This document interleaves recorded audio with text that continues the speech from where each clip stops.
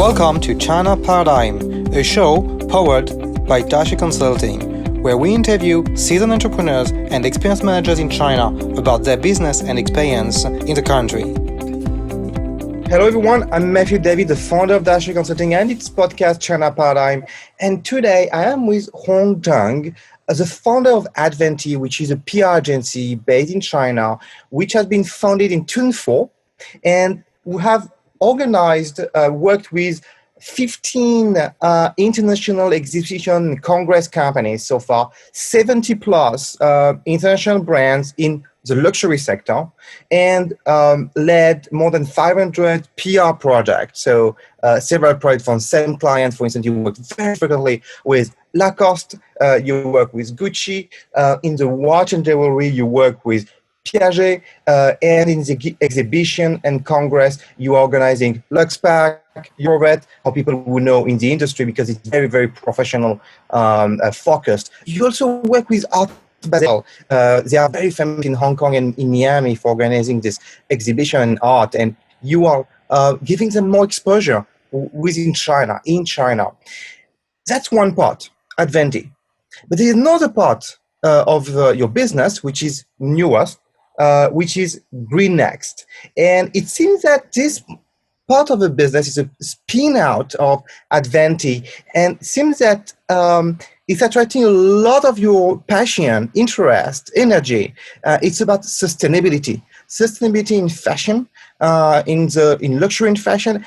That has been a very, very important topic over the coming, I would say, couple of years, 3 years, 5 years, not much more. And we will go into GREENEXT and what it is and what is sustainability in fashion in China, how it is perceived, what people do. I think it's a very interesting topic we will hopefully have time to talk about. Thanks for being with us. Would you like to add anything about the intro? Hi, Matthieu. It's really my great pleasure to attend your broadcast, and really think this is a very great program. Okay, so you have just given quite a good introduction about Adventi and GREENEXT. I think you just said it very well. So Adventi was created by myself in 2004. Before that, actually, I was a teacher at the École des Mines in France. So actually, I have a background of engineer. Because I studied actually environmental science in China, in the University of Tongji, and then I got the scholarship of Japanese government, Monbusho. I went to Japan and studied at the University of Tokyo. I studied and worked in there for about 10 years. And after that, I moved to France and started working at the École Mines de Nantes at first, and then École Mines de Paris. So I stayed in France for about 7 years and then moved back to Shanghai. If I may say a few words, École des Mines, for people who are not familiar with the French system, is one of the top engineering schools, and you have found a way to go and teach in one of the most famous French schools for engineering, and you were teaching environmental science and international relationship in an engineering school, which is I felt very unique. Could you tell us more about it? Because I feel that's the basis of GREENEXT. I feel that you are leveraging this experience, those learnings, and that it's coming back now. Now you are able to leverage those teaching in business. Am I correct? Yes, exactly. Yeah, actually, in my period when I entered university in Tongji, in that period, environmental science was not that hot topic as today, because both my parents are university teachers. So my mother is a material, and she's a quite famous material scientist, and my father was a chemist. So I was thinking I'm the daughter, and then I should do this pollution, this kind of thing. So actually, I chose the environmental science and water treatment in that period. That's very true. Actually, my university, my bachelor degree was environmental science, water treatment, and I continued. I got my master degree and doctor degree in the University of Tokyo in the same fields, in the environment science, and more precisely, my thesis. My doctor thesis in the University of Tokyo was about global warming and sustainability. That was a long, long time ago. Actually, I think that was in 1995, if I remember well. I attended, as one of the representatives of University of Tokyo, I attended I think that was one of the first summit related to sustainability in Switzerland. I forgot where it is, but it was in the mountain, it was in a beautiful place. That was about 25 years ago. So we already talked about sustainability. And as you know, the universities were doing the fundamental research. So that's why many years ago, in university, we already studied in this field. Yeah, and then in France at the economy, I think I could enter into really a great school. I have learned so many things there. I think I could have this opportunity to work at the economy. It's also, of course, environmental science is part of my doctorate degree. That's part of the thing. But another thing, my mission was also to find the stage, the internship for our engineers in Asia. So I think that was the two reasons that I could join this great school. So at the same time I'm teaching, but also at the same time I'm trying to find the stage for our engineers in Hong Kong, in Japan, in China. It was in Singapore and in Southeast Asia, Thailand, something like that. Yeah, that was very great experience. Yeah. I see. And I believe that the fact that you were looking for internship for them gave you an opportunity to start to be in the business world. And at that time, you actually found out the need of a service like Adventi. Am I correct? Yeah, maybe that's part of it. Actually, when I was in economy, especially when I was in economy in Paris, I really had a dream that I found the system, the how to say that, the consequence français. Yeah, it's very special. Right, very special. I really found it's a good system because I know the system in China, I know the system in Japan, and I discovered that there's a consequence system in France. I really think this is a good idea. So actually that period, my dream was created economy in the Shanghai. So, yeah, that was really my dream. That's even more complex than creating a company, I believe. And the Grand École system, for people who are not French and don't understand the French education system, it's a system based from Napoleon system where they needed to train high profile to run the state, and it's very selective. People directly go to master after 2 years of intensive learning. So that's what we call Grande École, similar to Beida, Tsinghua, and in terms of level, but I would say a bit more special in terms of how to enter them. Anyway, you wanted to create École des Mines in Shanghai. Actually, École des Mines, I think, it's École Centrale, which is in China. École des Mines is not in China. Exactly. So by that time, Economie Centrale was there, and as you are from ESSEC, that you just told me, there are a lot of commercial. École de Commerce are very actively doing the exchange. We're creating campus program in international, but not really the top level engineering school in France. And I really found the Grand École system was good, and really, and through, the economy, I met people like X-Men. So this is a very small group, but they're really brilliant people.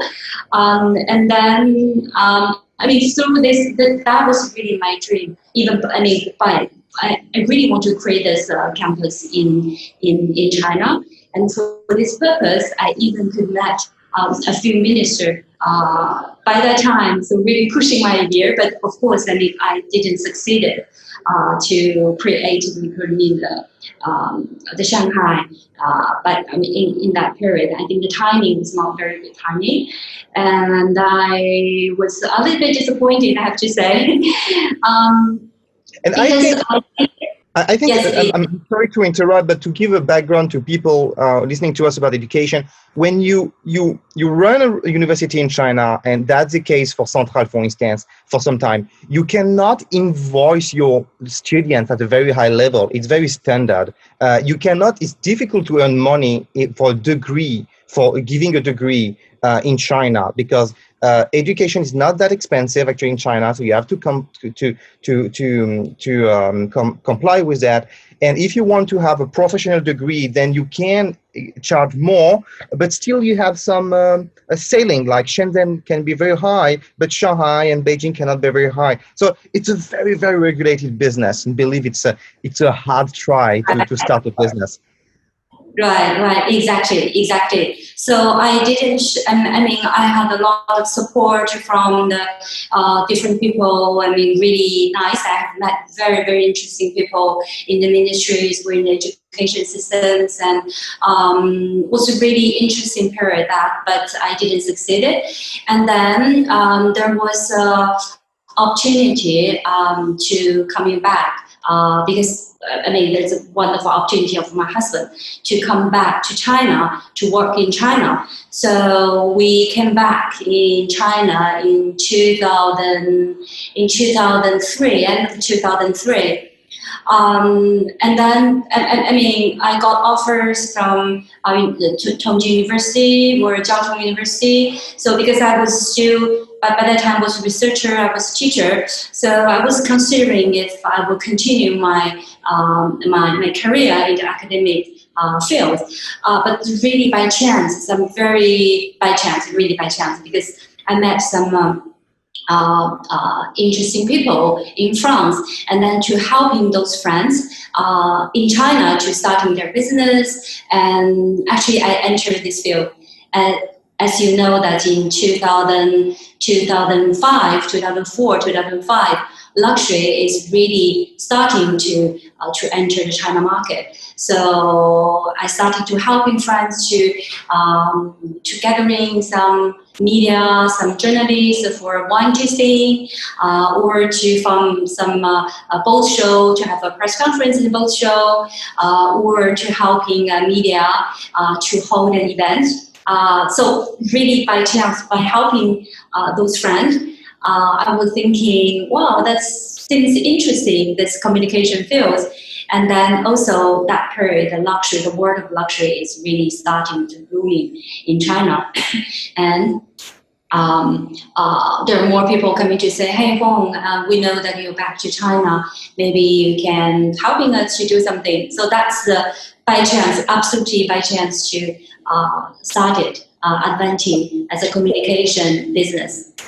How did you feel about it? Because I think you are one of the very few, or maybe only, founder of a PR agency having a PhD. I mean, it's very rare to have in the communication and PR sector to have a leader of a company who has a PhD. How did you feel about that? I think it was some way, I see it step by step, you went into this business, but at some point it took most of your time. It took all your weeks and all your energy. How did you feel about that?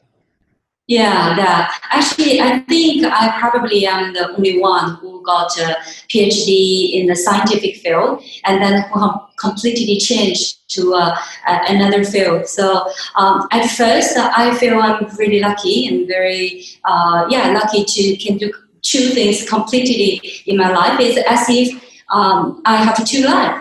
You know that feeling. So because I was in research completely in the academic field, and then that's to discover another world.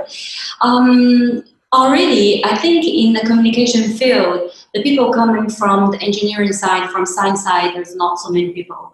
PhD. I mean, PhD is something that you're that the name of your company is Daxue, so you probably know it. It's really something.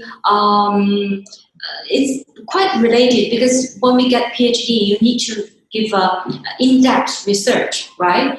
In one topic, that topic is not necessarily the topic at the moment. Something often that's the topic related to the future, related to the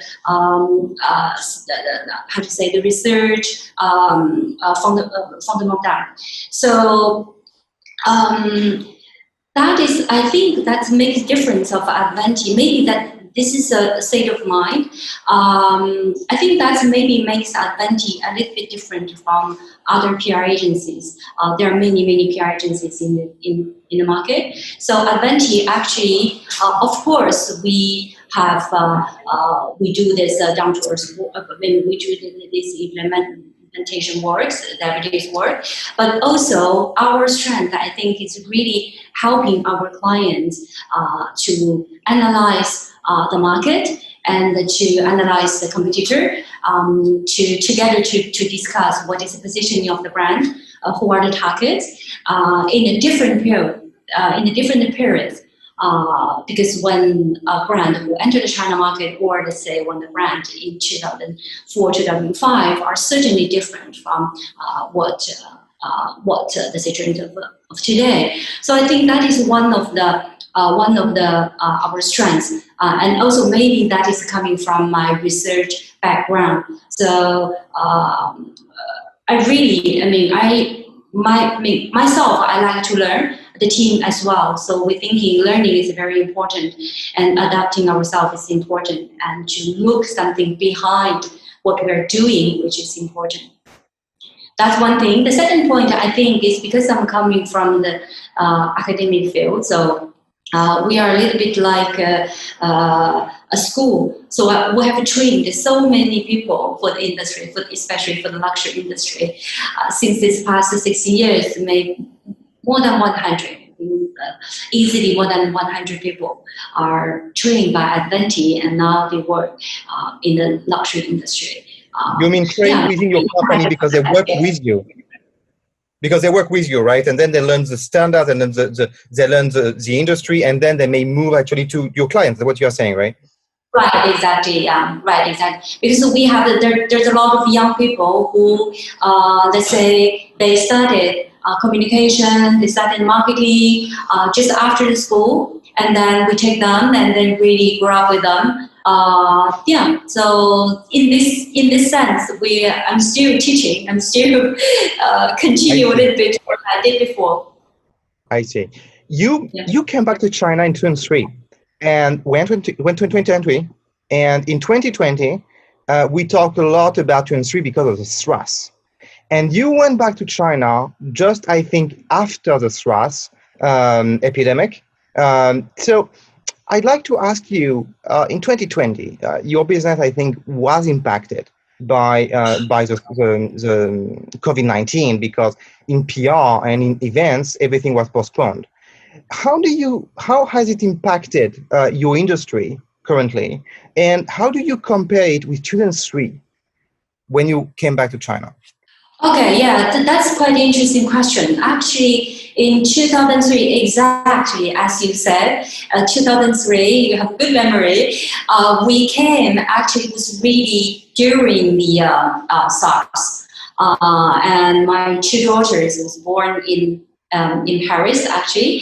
So the little one was only 3 months. It was not really easy to moving from at that time to from France to China, but it was. I mean, it was lockdown, kind of lockdown that time. But I have a feeling that people we have less fear, less, how to say, the fear is a little bit less than today, and.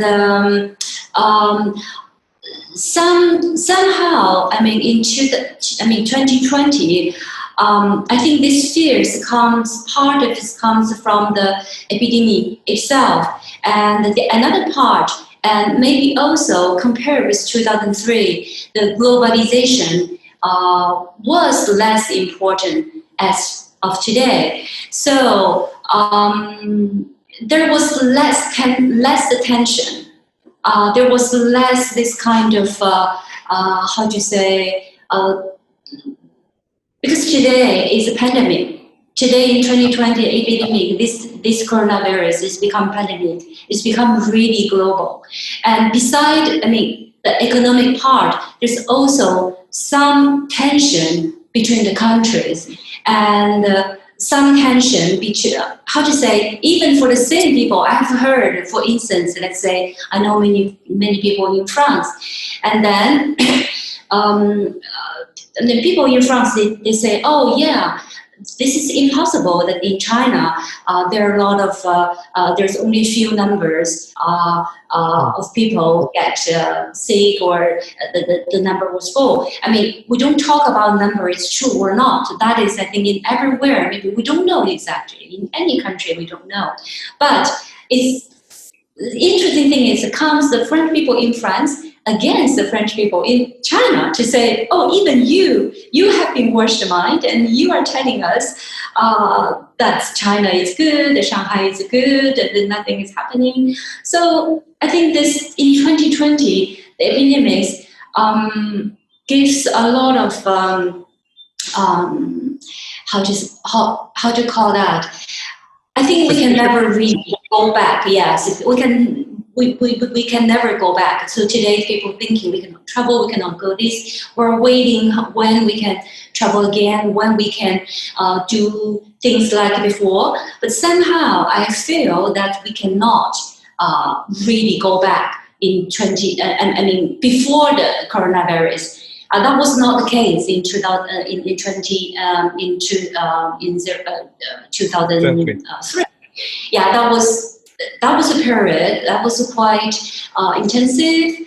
The people had fear, but that was just for a period that was gone. Somehow people back to their normal life. But today, I just have a feeling it's quite difficult to go back. I say, even in 2019. There's so many things changing. The people's mind is changing. Yeah, the mindset. In terms of industry, do you feel it's back to normal in China? The industry of events, congress, exhibitions, are we back to some way a normal, or you think there's a long way to go? I think today, of course, in coronavirus, there is, because our business related to part to the B2C business, that was events, that was media relation and PR related actions. But we have another business, which is trade show. So today, that is B2B business. So for Adventi, this B2B business and B2C business, for both, we have this kind of event, what we call event. So of course, both. We have, those activities are impact. But what we're thinking, of course, the business is a bit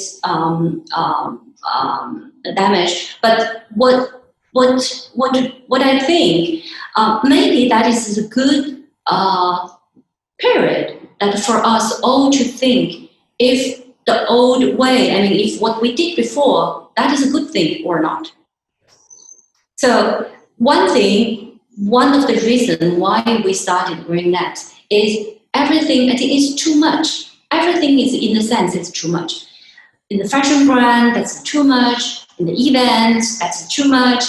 In the salon, I should say the trade show, that's too much. Everything that is too much.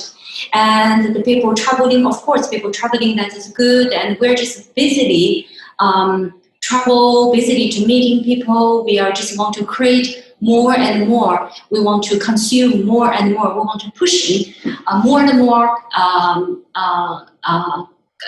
maybe more and more consume. Is that really a good way to do that or not? Or in the other way, by this coronavirus, maybe that is the call, or maybe that is the sign of the nature to say, hey guys, human, you are just part of my nature. Maybe you can respect me a little bit. Maybe you can reduce a little bit this speed, and then to calm down, to think about a bit about what you really want. Maybe there's some other way to do it. Do you really need that much? So somehow it is maybe that is the message. So this is what I feel. So, of course, business. Everybody wants to do the business. Everybody wants to do the better business. But what is there a limit, or is there something? I mean, where we go? Where is the leading we go? When this, to become consumed again at the end. I mean, of course, we're in this marketing communication field. That is our role, to helping the brands, to help the company to communicate, to make the business better. So, yeah, I don't know. To put some numbers in perspective, so to produce one cotton T-shirt, you need 2,700 liters of water. So you can imagine how many bottles of water you need to drink to reach 2,700 liters. And in order to produce a pair of jeans, you need 7,000 liters of water. Of course, this water, after being used to produce jeans or cotton T-shirt, is polluted. So it's not reusable very easily, needs to be treated. And in some of the countries where it's produced and some of the locations, you don't really know where it goes, and it can go in earth, in the river, whatever. And as a number as well that GREENEXT pushed on social media in 2015, it's already 5 years ago, maybe it's increased actually, the global fashion industry wasted 80 billion cubic meters. And it represents 17 to 20% of world's industrial wastewater. Whatever the number are exactly, we are talking at least about 15% to 20%, let's say. So that's massive. Fashion industry is a fast fashion industry, as we know how they operate, may have a strong impact on pollution, on global warming, and so on. And that's about what you mentioned at the beginning, and then you open up to a more wider perspective on sustainability. How is it perceived in China, sustainability? Foreigners tend to see China as still a very consumption-driven country, where when you receive a Kuaidi, for instance, you receive a package from Tmall, from JD, it's full of plastic. It's full of paper card and plastic. So it gives the feeling that Chinese are not that conscious and may not be actually pushing companies for more sustainability. So what's your view on that? I mean, for the this that you can see for the past 20, especially for the last 20 years, the economic in China is blooming. It's really extraordinary to develop. And then that's a great thing.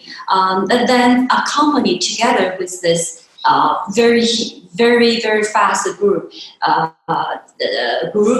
economy, then for sure, and I mean, the together with the pollution things is increasing. That is we cannot say, we cannot avoid. There's a lot of criticize from the foreign countries say, hey, China, when you do the development thing, you should take care of this or that. I think that's right. Of course, it's right. But when a country, when they're in the phase of developing, I mean, the first thing is they want to earn money. They want to earn more money. So asking them at the same time to say taking care of environmental elements, that is controversial. It's not. Of course the government make a lot of effort on that, but I think that you cannot avoid in that. If we look at the history of many countries, there's many countries passing this way. Matthieu, you want to say something? Yeah. What about the perception? So we understand the main players. The main players are government, businesses. But what about the people, the perception, the young generation? Are they sensible to this topic of sustainability? Is it a reason to buy a product because this product is sustainable? I will buy this brand. And is it something that brands want to emphasize in China because they feel it's resonating? Or we are not at this stage? We can see in the West a brand like Patagonia, right? A brand like Lululemon. Those brands are emphasizing on sustainability, on a new kind of life, a new kind of development. Is it taking off in China? What do you feel in perception? Yeah, you have Matthieu, you have just raised several numbers before. That was the terrible numbers related how the fashion industry impact the environment, right? Those are the really terrible numbers, scary numbers. And then that's why I think in the abroad, many years ago, 10 years ago, we can say 10 years ago, a lot of people are thinking about the sustainability, are making effort. So that's why there are a lot of brands already, foreign brand, international brand, starting to make effort on that. So talk about the China. The China is the biggest country to produce, and also, in the textile industry, it is the biggest country, right, to produce the garments, etc. So then, of course, if China don't make effort towards the sustainable fashion, there's a useless. We cannot talk about that. There's a huge amount of it. And when you talk about the consumers, which is completely, I totally agree with you, because we are in this B2C business and communication. So we often have to do the consumer, on the consumer side, how the consumer think about that. So from these years, we really discover, we really find the young generation, more and more young generation, they're conscious about the environment. They're conscious about the sustainability. So there's research, right? There's research in the for the consumer side. In the foreign country, there's a lot, but in China, there's a few as well. Depends on the area and depends on the city. Some from 60 to even 85% of the people, they say they care about what they buy and they support the sustainability, whatever from the fashion industry or from the lifestyle. This is what really they like.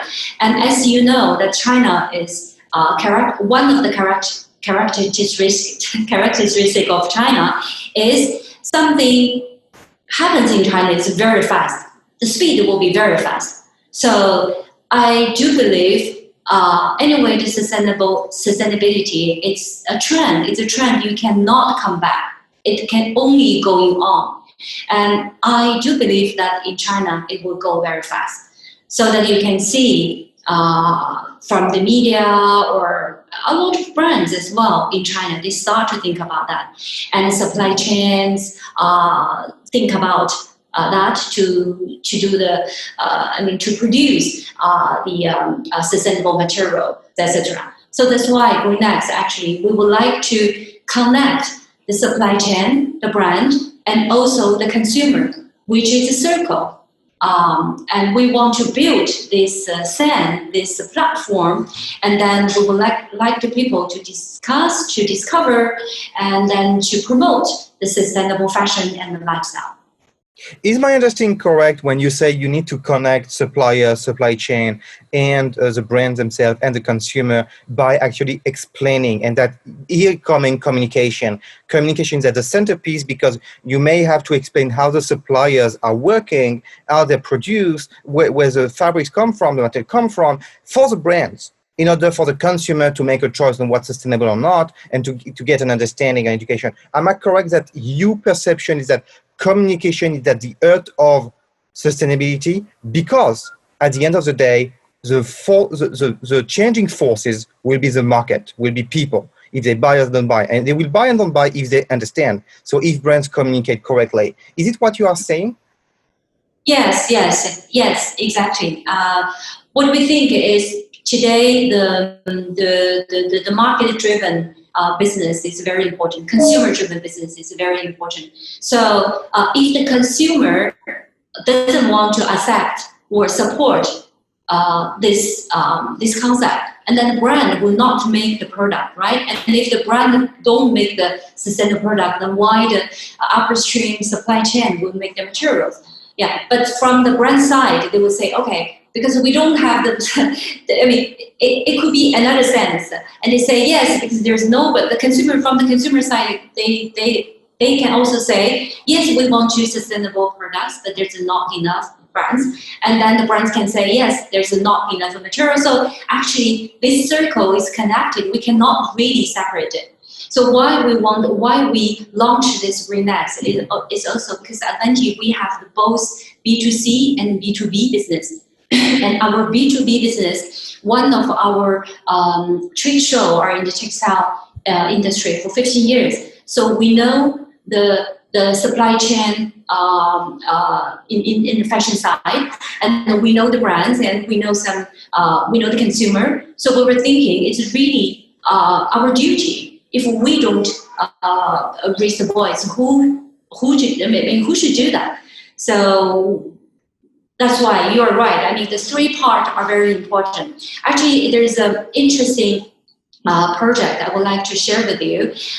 It's in about 2 weeks. We're going to launch a survey to 1,001 brands, fashion brands in China, brands, whatever the commercial brands or designer brands. We want to launch a survey to know what's the state and what's the difficulty of them on the topic of sustainability. Then, of course, this survey is not only a survey like you guys do, or like the special company and survey company doing. And we launched this one. It's somehow it's like a campaign. So through the well-designed question, we would like the brands to discover from the supply chain, from the material side, from the manufacturing parts, from the design part, from the business model parts, or from the consumer point of view side, to have a global view about the sustainability. And then, of course, we would like to identify among these 1,001 brands, fashion brands, who have already practiced the sustainability actions, who intend to do that. And then actually we launched this survey with the experts from the fashion industry, from the consultancies in the fashion industry, from the designers, from education, or from material experts. And together we're going to select some companies, those are really interested or who have strong intention to develop their brand towards sustainability. And then we're going to combine those brands with the supply chain, with the materials. For instance, there are a few big groups or some startup companies are producing materials which are sustainable materials. And then together with the designer, we can produce some collections. And those collections, we're going to collaborate with some retail retailers. And then, so that is actually a full operation starting from survey. And then we select some people, some brands, and then we combine the supply chain and even coming to end product, and then to communicate to the public. Do you have some examples of brands, companies, players, which are, in your mind, doing very well in sustainability, especially in China? Do you see some Chinese brands, for instance? Do you see some Chinese players making a mark in this sustainability topic, or foreign player, international players in China?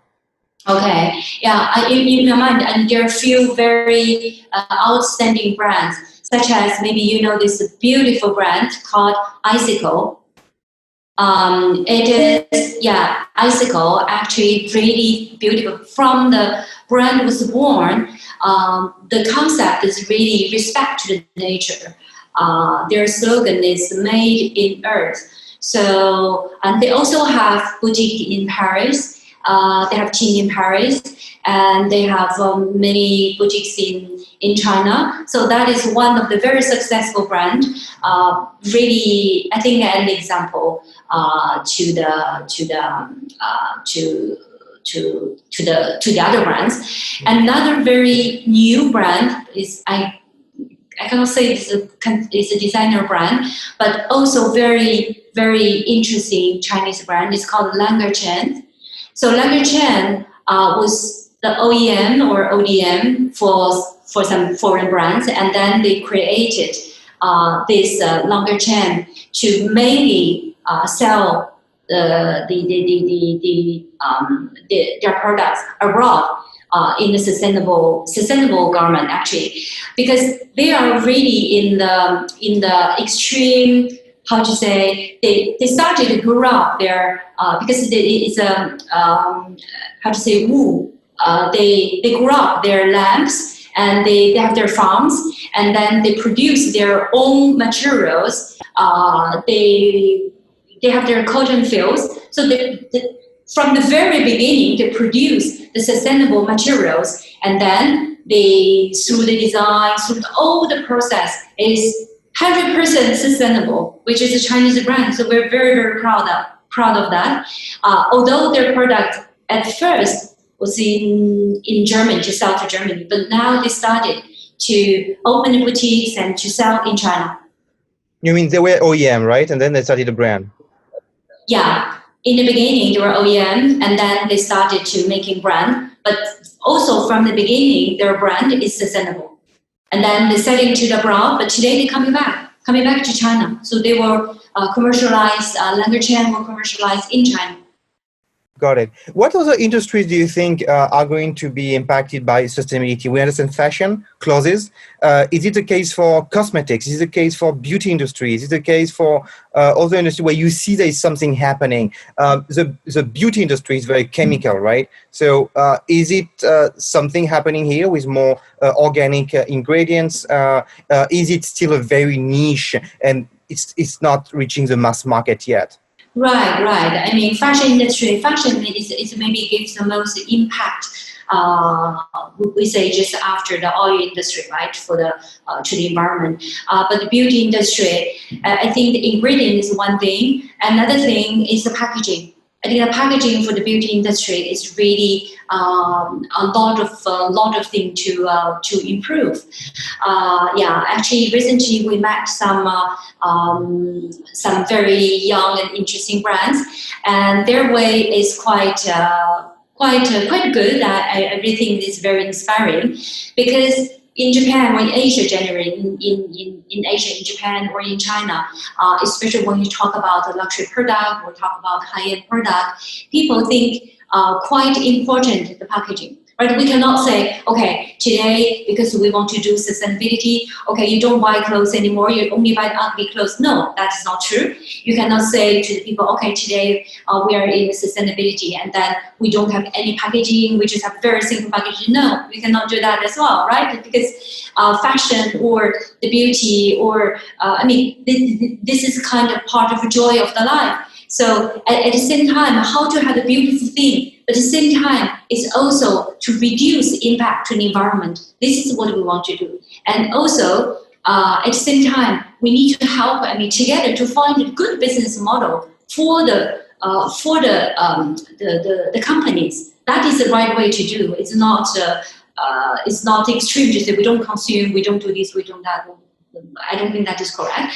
So this young company, they're in the packaging, they design and produce a very beautiful luxury packaging, but that packaging that you can reuse it. For instance, that's beautiful box for a perfume, and after that, it's a kind of a little drawer that you can store your little things or inside. This kind of how to recycling is how to the circular economy, which is one of the very important thing for the sustainability as well. So from the source, how to make the material are less impact to the environment, right? That's one thing. And through the process, how to reduce the pollutions and how to respect the conditions for the workers, that's one thing. But once come to the products, to the packaging, to the people use it, and how to make the packaging, how to let the consumer, when you use the product, to have the habit to recycle, upcycling, to reuse, so that to make the product a bit longer life. I think that is also very important things. Yeah, you mentioned circular economy. You mentioned also sustainability as basically an umbrella word. But this refers to values. This refers that when you consume, you purchase, you don't only buy the product, you also buy what it is. You also buy the values. Um, how do you feel that the Chinese market interact with values, and which values? We see that in the West, the value of gender equality, for instance, the value of against discrimination, and we know what's happening in the US and in France too, against discrimination. And do you think it's those topics are resonating? My feeling it's not resonating the same way, and much less actually, because it's less of a topic here. But maybe there are other topics which are social topics, values which resonate more in China. What's your view on the values which resonate and the values which don't resonate, and what brands have to change when they communicate in China? Yeah, today I think the value resonate in China for the consumers, especially for the young generation consumers. Sustainability, environmental friendly is definitely very important value for the consumer, for the younger generation. So that is also, I think, of course, why we need to do sustainability. There are so many reasons, maybe 10 reasons. But I think one of them is because the consumer, especially the younger generation, they want that. And today, when they buy a product, it's not only the product itself or the function of the product. They want to buy a value. And this value that fits their own value, that they are proud of it. So you can see this, I think that's one of the things. Another value, I think, is the Chinese young generation, what we notice is the Chinese culture. The Chinese culture back, how the Chinese culture, how to say, to back to the modern life. And traditional medicine, for instance, is one of them, right? Traditional medicine, which is less chemical, based on natural ingredients, is getting more momentum, and still increasing, and still seen as positive and more positive in China. Right. Chinese medicine, which is a good example. I mean, even in the fashion industry, there are more and more fashion brands created by the Chinese designer, which have the Chinese elements, are very popular among the young people.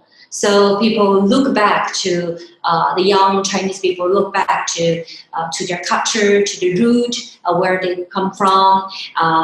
That is also, I mean, part of the value they resonate for the Chinese young people.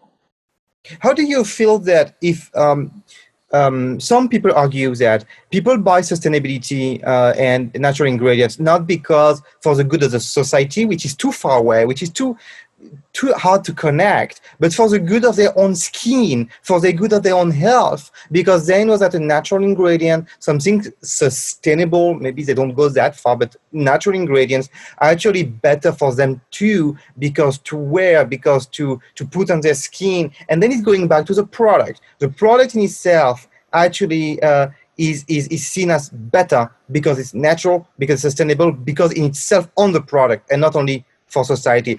Do you feel that we are at this stage now, or we are already at a stage where people in China buy products because it's good for society?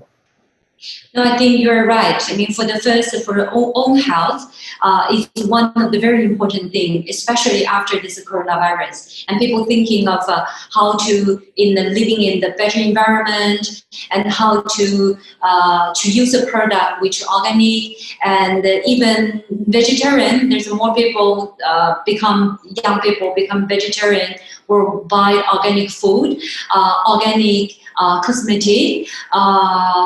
I think definitely that is important. That is important for people. We are close to the end of the talk, and as always, I ask a couple of questions about books and experiences which inspired the guest.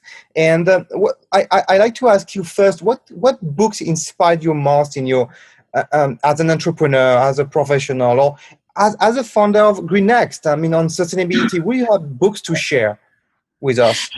Yeah. Yeah, actually, it's interesting because a few years ago I have read this book, The Human.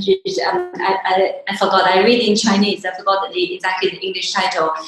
This famous book talking about the human history, right? Yeah, It's yeah. right.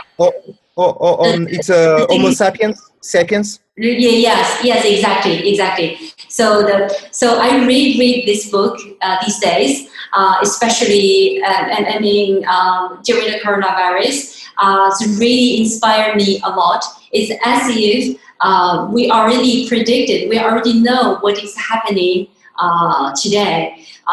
Let's talk about the relation between the human and the nature. I think that's really very, very inspiring, and also a great book that I would like to recommend to many people. What do you read to stay up to date on the topics you want to stay up to date? I mean, I believe you want to know more about sustainability. What do you read to stay up to date? Do you have some newsletters, papers to read, blogs to read? Or generally speaking about the Chinese market, do you have any sources you would like to share with the audience?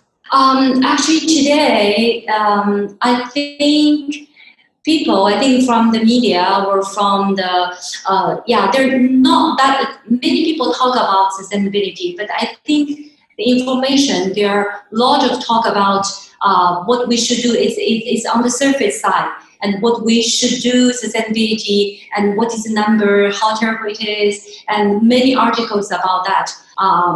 But there are not so many articles or not so many places that we can really find the solutions. Let's say solutions from the material side, or the solutions from the manufacturing process, or how to make sustainable fashion a business model, which is very important, because we cannot ask the industry, whatever, from the brand or from the supply chain, to say, yes, that is, you have to do because that's the right thing, and then behind there's no business model. So, right, I think the business model is very, very important, because every company needs to survive. So this kind of information, not so many. That would be great. That is read more, and we're looking for. And also GREENEXT, we would like to gather more information from the practical side, from the business model side, to showcase to the audience, to inspire the audience as well. When you talk about China to people who don't know much about China, what would you suggest those people to read, to watch maybe as a movie, or to read as a book, or to read as newspapers, or maybe to meet with people? You're going to tell me to meet with Chinese people. But what would you suggest them to do to have a first understanding, a good understanding? Well, that is a very difficult question. Well, there's so many books and so many websites and so many places to related to China. Personally, what I think is it is good to read a bit more in the different channels. Whatever, the public from China side, or public from the broad side, so that you have a global view. Personally, I think it's always a little bit limited or even dangerous that they only read one book or one source of information. That is already, and you always can see part of it. So today with the internet, there's so many information channels. I think if we can, I feel what you are pointing at 2 times in the talk is a kind of misunderstanding between the West and China, the West standing by its position, saying numbers are not correct and so on, and actually not trying to understand what's really happening. And the people living in China actually defending, as you said, a bit of a China perspective. And what you are emphasizing here is a bit of a misunderstanding still. Even if China is 20% of the population, even if China is the second world economy, still there is misunderstanding about how China works. That's what you are saying, right? Right. I think there are too many informations from everywhere. Yeah, but personally, I mean, people intents are read what they want to read.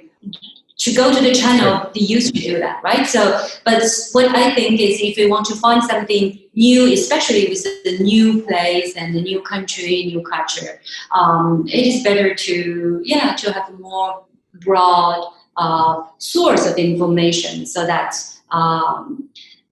you can get maybe close to reality. Yes. I like to end the talk with one question with basically 2 sub-questions. We have seen a lot of companies, a lot of things succeeding in China, but we have seen also a lot of companies failing in China. And my question is not to understand why right now, but my question would be to you: what success in China has been surprising to you, and what failure has been surprising to you because you would not have expected them to fail, or you would not have expected them to succeed? I'll give you an example. When I arrived in China 10 years ago, I was a student in Beida, and I remember that people were paying products in cash and ordering online and paying at the front door in cash, because people didn't trust the credit card. And then now you see how digitalized it is. People even pay a coffee with a WeChat QR code and get delivered. What kind of success and failure has been surprising to you within the Chinese market since you are back to China? Yeah, there's so many successful business cases. For sure, the business cases, each successful story, you cannot really copy them or think it, because the timing is different, right? I think one of the things I would like to say, maybe coffee. You know, the Starbucks coffee. That's if you ask me 20 years ago to say, okay, we have a coffee like today, to give a picture of a coffee everywhere, people drinking coffee, I would say, wow, I'm not sure. That is Chinese culture, and people will drink coffee in the street like in Europe. And I think I wouldn't say that. But today, let's say coffee has really become a culture. I mean, not only Starbucks cafe. Starbucks cafe is one thing, but like right here in Shanghai, you can see there's so many small cafes. They're so fashionable. Lifestyle cafe, and it comes out, which is really great, which is really makes it so charming of the city. I think that's. But on the other side, if we think about it a bit, the consumer is changing, enormously change compared with 20 years ago. The Chinese consumer, what they want, what they think is good, or what they want to show off, or what their value, and today are very different.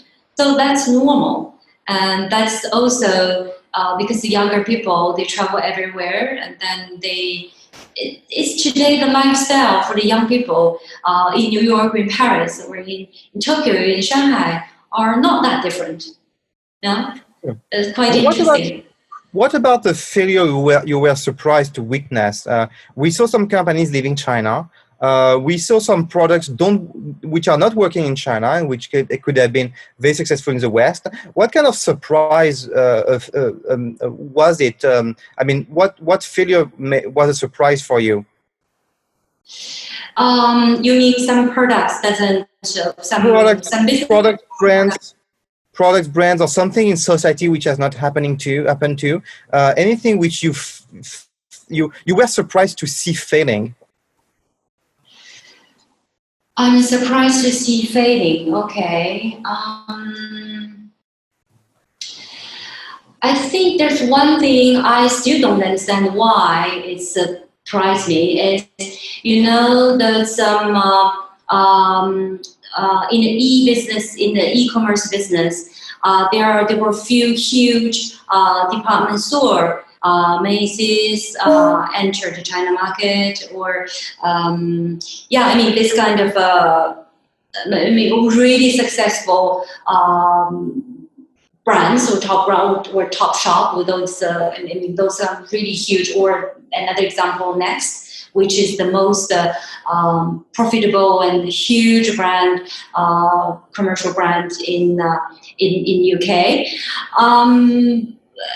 Really surprised me they didn't succeed, and they just, after a few years, they closed everything, they went away, because it shouldn't be like that, because whatever from their design or the price or everything, every element, it should work in China, but it didn't. So yeah, true. Yeah, true. And they're not the only ones. It's a pattern here.